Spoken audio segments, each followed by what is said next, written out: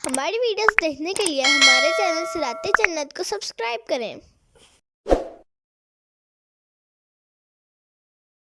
اعوذ باللہ من الشیطان الرجیم بسم اللہ الرحمن الرحیم انا فتحنا لک فتحا مبینا، بے شک ہم نے تمہارے لیے روشن فتح کا فیصلہ فرما دیا۔ تفسیر صراط الجنان۔ اس آیت میں صرف نبی کریم صلی اللہ علیہ وسلم سے خطاب فرمایا گیا، اور اس کے معنی یہ ہے کہ اے پیارے حبیب صلی اللہ علیہ وآلہ وسلم، بے شک ہم نے آپ کے لیے ایسی فتح کا فیصلہ فرما دیا ہے جو انتہائی عظیم، روشن اور ظاہر ہے۔ شان نزول۔ حضرت انس بن مالک رضی اللہ تعالیٰ عنہ فرماتے ہیں، جب انا فتحنا لک فتحا مبینا سے لے کر فوزا عظیما تک آیات نازل ہوئیں، اس وقت حضور اقدس صلی اللہ علیہ وسلم حدیبیہ سے واپس لوٹ رہے تھے، اور صحابہ اکرام علیہم رضوان کو بہت حزن و ملال تھا، اور نبی کریم صلی اللہ تعالیٰ علیہ وآلہ وسلم نے حدیبیہ میں اونٹ نحر فرما دیا تھا۔ جب یہ آیت نازل ہوئی تو ارشاد فرمایا، مجھ پر ایک ایسی آیت نازل ہوئی ہے جو مجھے ساری دنیا سے زیادہ محبوب ہے۔ ترمذی شریف کی روایت میں ہے، حضرت انس رضی اللہ تعالیٰ عنہ فرماتے ہیں کہ حدیبیہ سے واپسی پر نبی کریم صلی اللہ تعالیٰ علیہ وآلہ وسلم پر یہ آیت نازل ہوئی، لِيَغْفِرَ لَكَ اللَّهُ مَا تَقَدَّمَ مِن ذَنبِكَ وَمَا تَأَخَّرَ۔ تو آپ صلی اللہ علیہ وسلم نے ارشاد فرمایا، آج مجھ پر ایسی آیت نازل ہوئی ہے جو مجھے روئے زمین پر موجود تمام چیزوں سے زیادہ محبوب ہے۔ پھر نبی کریم صلی اللہ علیہ وسلم نے صحابہ کرام علیہ رضوان کے سامنے اس آیت کی تلاوت فرمائی تو انہوں نے عرض کی، یا رسول اللہ صلی اللہ علیہ وآلہ وسلم، آپ کو مبارک ہو، بے شک اللہ تعالیٰ نے بیان فرما دیا کہ آپ کے ساتھ کیا معاملہ کیا جائے گا، لیکن ابھی تک یہ بیان نہیں فرمایا گیا کہ ہمارے ساتھ کیا کیا جائے گا۔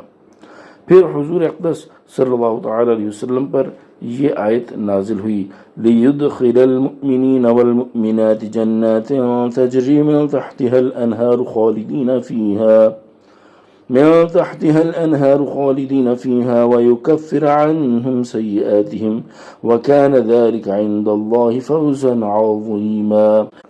ترجمہ، تاکہ وہ ایمان والے مردوں اور ایمان والی عورتوں کو ان باغوں میں داخل فرما دے جن کے نیچے نہریں بہتی ہیں، ہمیشہ ان میں رہیں گے، اور تاکہ اللہ ان کی برائیاں ان سے مٹا دے، اور یہ اللہ کے ہاں بڑی کامیابی ہے۔ صلح حدیبیہ کا مختصر واقعہ۔ اس آیت میں جس فتح کی بشارت دی گئی، اس سے کون سی فتح مراد ہے، اس کے بارے میں مفسرین کے مختلف اقوال ہیں۔ اکثر مفسرین کے نزدیک اس سے صلح حدیبیہ کی فتح مراد ہے۔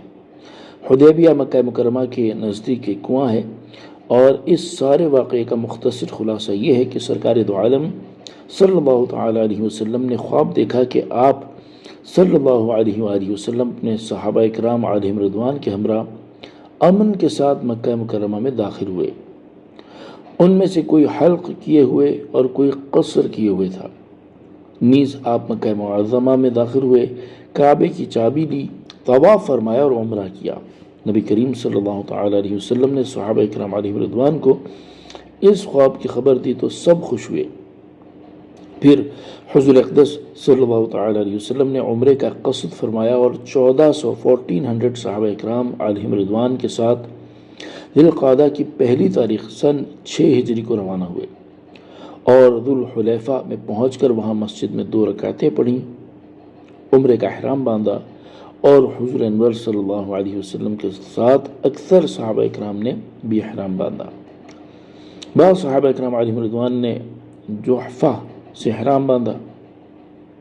راستے میں پانی ختم ہو گیا تو صحابہ اکرام علیہ رضوان نے عرض کی، لشکر میں پانی بالکل باقی نہیں ہے، صرف حضور صلی اللہ علیہ وسلم کے برتن میں تھوڑا سا پانی بچا ہے۔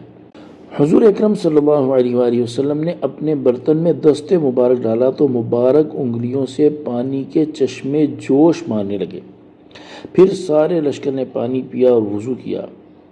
جب مقام عصفان میں پہنچے تو خبر آئی کہ کفار قریش بڑے ساز و سامان کے ساتھ جنگ کے لیے تیار ہیں۔ جب حدیبیہ کا مقام آیا تو پھر پانی ختم ہو گیا، حتیٰ کہ لشکر والوں کے پاس ایک قطرہ نہ رہا، اوپر سے گرمی بھی بہت شدید تھی۔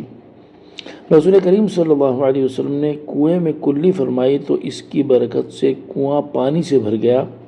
پھر سب نے وہ پانی پیا اور اونٹوں کو پلایا۔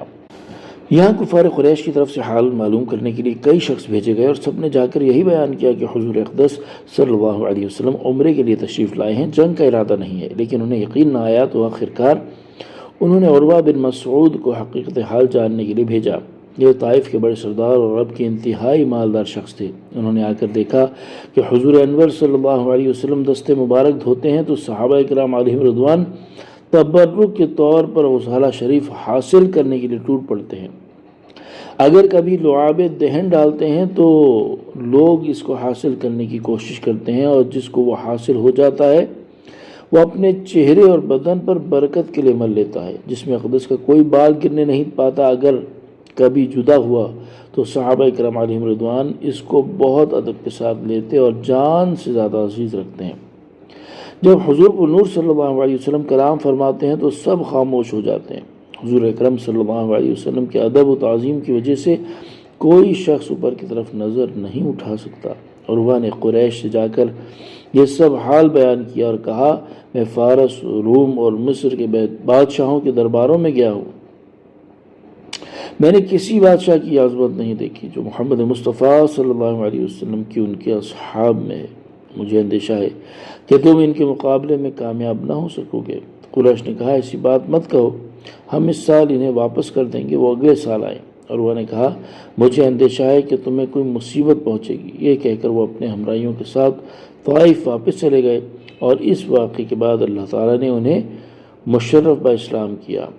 اسی مقام پر حضور پر نور صلی اللہ علیہ وسلم نے اپنے اصحاب علیہ رضوان سے بیعت لی، اسے بیعت رضوان کہتے ہیں۔ بیعت کی خبر سے کفار خوفزدہ ہوئے اور ان کی رائے دینے والوں نے یہی مناسب سمجھا کہ صلح کر لیں۔ چنانچہ صلح نامہ لکھا گیا اور آئندہ سال حضور اقدس صلی اللہ علیہ وسلم کا تشریف لانا قرار پایا، اور یہ صلح مسلمانوں کے حق میں بہت نفع مند ثابت ہوئی، بلکہ نتائج کے اعتبار سے فتح کن ثابت ہوئی۔ اسی لیے اکثر مفسرین فتح سے صلح حدیبیہ مراد دیتے ہیں، اور بعض مفسرین وہ تمام اسلامی فتوحات مراد دیتے ہیں جو آئندہ ہونے والی تھیں، جیسے مکہ، خیبر، حنین اور طائف وغیرہ کی فتوحات۔ اس صورت میں یہاں فتح کو ماضی کے صیغے سے اس لیے بیان کیا گیا کہ ان فتوحات کا وقوع یقینی تھا۔ صلو علی الحبیب صلی اللہ تعالی علی محمد صلی اللہ تعالی علیہ وسلم۔